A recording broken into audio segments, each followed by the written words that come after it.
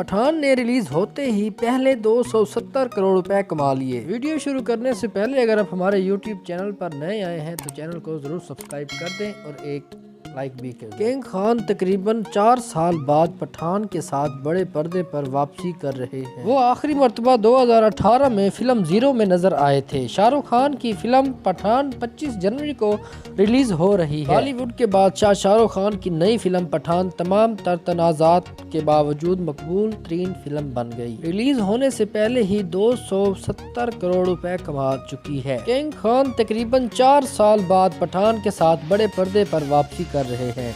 वो आखिरी मर्तबा 2018 में जीरो फिल्म में नजर आए थे। शाहरुख खान की फिल्म पठान 25 जनवरी को रिलीज हो रही है। बाकी बात बाद में, पहले ट्रेलर देख लें। अपने लास्ट मिशन में वो पकड़ा गया। सुना है बहुत टॉर्चर किया उसे। पता नहीं कि पठान मर गया है या जिंदा है।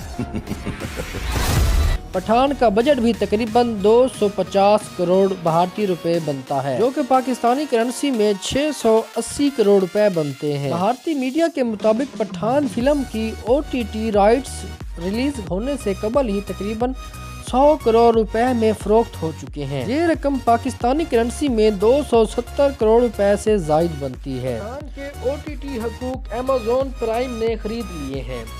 फिल्म मार्च के आखिर या अप्रैल में OTT प्लेटफॉर्म पर रिलीज की जाएगी। हिसाब से फिल्म पहले ही आधा बजट निकाल चुकी है। फिल्म की रिलीज होने में अभी 1 महीना बाकी है, लेकिन फिल्म के पहले ही चर्चे हैं।